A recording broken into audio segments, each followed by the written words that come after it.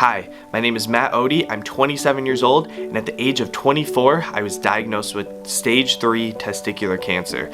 At the age of 25, I was in a coma for 2 weeks, had to completely learn to walk again, and had kidney and liver failure and many more complications. With all of that being said, for any of you out there who may be struggling right now or do not know how to overcome those obstacles in life, I am here to bring value and share that you are enough and you can overcome these obstacles.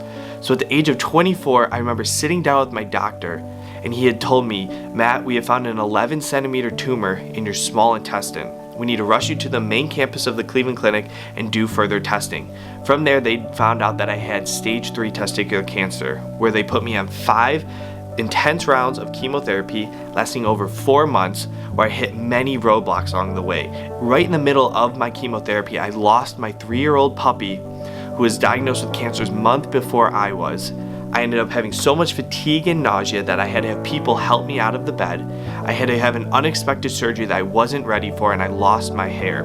With all of that, I am still standing, I am still here, and I want all of you to know that all these obstacles in life are a learning tool. You learn from them and become a better person from it. So with that being said, I was then brought to my oncologist after my chemo was over. He had told me my 11 centimeter tumor had shrunk down to 3 centimeters, which is great news. But my tumor was wrapped around what was called my vena cava. Now, your vena cava is a vein that goes from the bottom of your body all the way to your heart. And this is a main vein that they ended up having to do a 10-hour surgery on, removing the vein, causing major swelling in my stomach. 2 weeks later from recovery, I was back in the hospital where they ended up having to do 3 major surgeries to drain 7 liters of fluid out of my stomach. When they did so, I ended up going into a 2-week coma. I had complete kidney and liver failure. I had a cone drilled inside of my head. I had a catheter in my neck and in my chest. And I was hooked up to whatever wire you could imagine. But I'm going to share a testament of faith with all of you that I know God has a purpose for all of us in our lives, or whatever you might believe in. While I was in that coma, we had 3 major prayer services. On the last day of the prayer service, of number 3, was the day that I woke up. Now, just because I woke up didn't mean I was able to walk or anything. I was still bedridden. I had a tube shoved down my throat. I couldn't talk. But as the days progressed, I started getting slowly better. And finally, a week or 2 approached, and they decided to take out one of the catheters in my neck. When they did so, I ended up going into cardiac arrest. They had to do 8 minutes of CPR on me. They had to use the defibrillator, and at that point, I was actually pronounced dead for a few minutes. When I eventually woke up, they ended up putting me back into a coma for another week, where then when I woke up, I had to completely learn to walk again. From literally laying in my bed to sitting in my bed took a full week.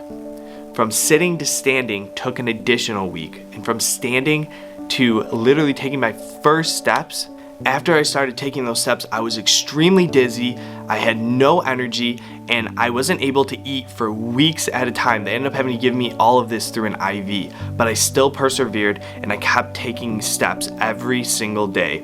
Eventually, after being in the ICU for 35 days, I was out and into an additional recovery room. Well, 2 days into that recovery room, I remember looking down at my stitches. They had popped open and my spleen was coming out of my stomach, causing me to go into a 4th major surgery in less than 40 days.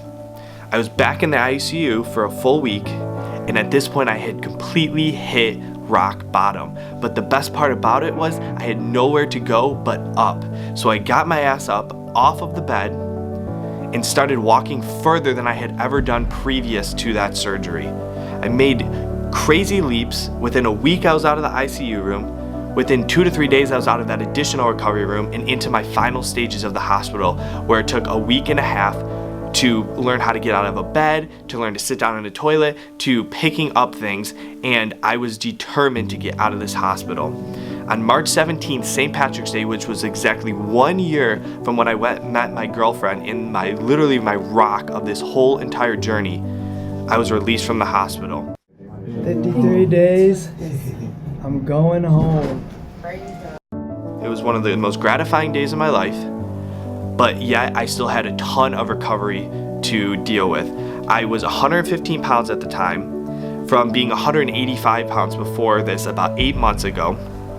And all of a sudden, without having all these nurses here, my mental attitude went down the drain. I started making excuses for myself. I started blaming other people. And then all of a sudden, one day, Lauren, my girlfriend, came to me and said, if you aren't gonna be the person you said you're gonna be, then why are you still here? And I needed to hear that truth. So the next day, I took a 180, started picking up 5-pound dumbbells and doing bicep curls. The next day I did the exact same thing, and the next day I progressed a little bit more, and then a little bit more, and eventually I got to a point where I was gaining weight, I was becoming healthy, and I'm gonna share another testament of faith with all of you. 5 months later, I had gained 35 pounds, I was able to walk further, and I went back to go to the ICU to go see my nurses. And the first person I saw there was the nurse who saved my life when I went into cardiac arrest. I remember we just saw each other, we started crying, we gave each other a hug, and he told me this, Matt, this is my last day in the ICU room. I'm so glad you came because I'm moving to a different hospital tomorrow, and I don't think I would have ever seen you. I got his Instagram, I got his number, we still keep in contact to this day, and I know for a fact God put people in my life and will put people in your life for a reason. Forward another year, I am now 190 pounds. I work out 6 days a week, and I'm working my way to going to do a 5K, hopefully this summer, where I run the entire race.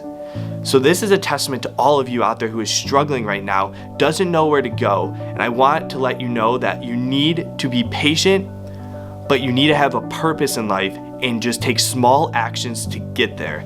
You will eventually get to where you want to be, you just need to be determined enough and push forward.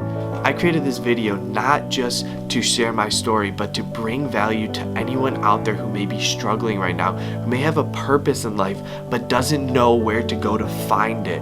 I'm hoping one day I can speak in front of all of you to share my story, but also give you life lessons that I've learned along the way and bring as much value to you so that you can bring value to other people in the long run. This is my story. I hope you enjoyed it. Once again, my name is Matt Odie, and I'm from Cleveland, Ohio, and I am now officially 2 years cancer-free.